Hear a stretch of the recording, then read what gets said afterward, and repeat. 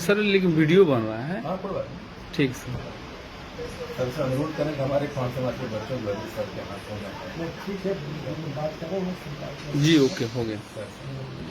मुझे लगता है कि इसको सारे विचार होगा। दोस्तों नमस्कार, मैं आईपी गुप्ता। जैसे कि आपको पता है कि आज मेरी मुलाकात माननीय मुख्यमंत्री के प्रधान सचिव से होना तय थी। हम लोग 1 बजे मिले और उनको हमने बताया कि किस तरह बीपीएससी और केंद्रीय चयन परिषद सिपाही भर्ती बोर्ड ने 5 समुदाय के बच्चों के साथ में कोटी बदलने के लिए घोषणा पत्र मांगा है और ये कहा है कि आवेदन के समय आप 5 थे और अभी आप ईबीसी में आ गए हैं, ये घोषणा पत्र दीजिए ताकि वो ईबीसी के आधार पर मूल्यांकन कर सके।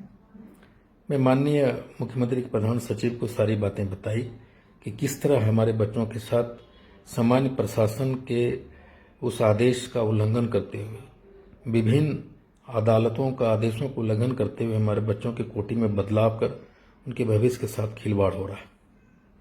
ये सारी बात सुने और वो बोले कि आपको पता होगा गुप्ता जी कि अति पिछड़ी जातियों के लिए 50 से 65% का आरक्षण हमारे माननीय मुख्यमंत्री जी ने दिया था, लेकिन आदेश ने उस नोटिफिकेशन को रद्द कर दिया और फिर हमें बाध्य होके जो आवेदन नियुक्तियों के लिए हमने प्रकाशित किया था उसको 65 से 50% में लाने के लिए सारे नियम बदले बीच में ही और कोटी का भी बदलाव हम लोग प्रक्रिया के बीच में ही कर दिए। लेकिन फिर भी हम आपके मामले को लेकर आपके पत्र को मैं माननीय मुख्यमंत्री तक ले जाऊंगा और उनसे बात भी करूंगा। साथ में उन्होंने ये भी कहा कि इस मामले को लेकर आप उस एक पदाधिकारी के पास भेजा। उन्होंने कहा कि उन्हें समझाइए सारा चीज़।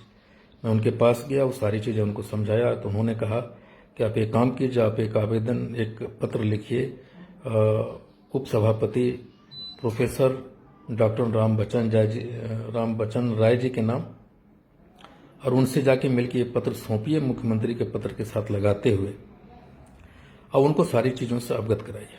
मैं विधानसभा परिषद गया और माननीय उपसभापति डॉक्टर आदरणीय श्री राम बच्चन राय जी से मिले, उन्हें सारी चीज़ें से अवगत कराया। वो 5 जाति के ऊपर हो रही समस्याओं से अवगत थे। उन्होंने ये भी कहा कि मैंने आपका 5 सत्याग्रह का आंदोलन भी देखा है, पत्र में पढ़ा भी है और मुख्यमंत्री भी इस चीज़ से अवगत हुए हैं।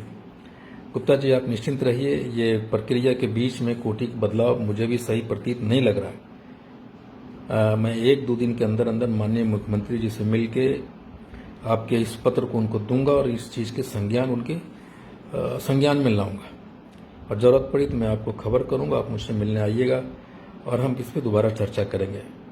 लेकिन आपकी बात मैं माननीय मुख्यमंत्री तक पहुंचाऊंगा, उनके संज्ञान तक ले जाऊंगा। आप ये निश्चिंत रहें और आपके बच्चों के साथ में हो रहे अन्याय के साथ हम देखते हैं कि हम कितना कारगर हो सकते हैं। कोशिश करेंगे कि आपके बच्चों के साथ में नाइंसाफ़ी नहीं हो। बहुत बहुत धन्यवाद दोस्तों।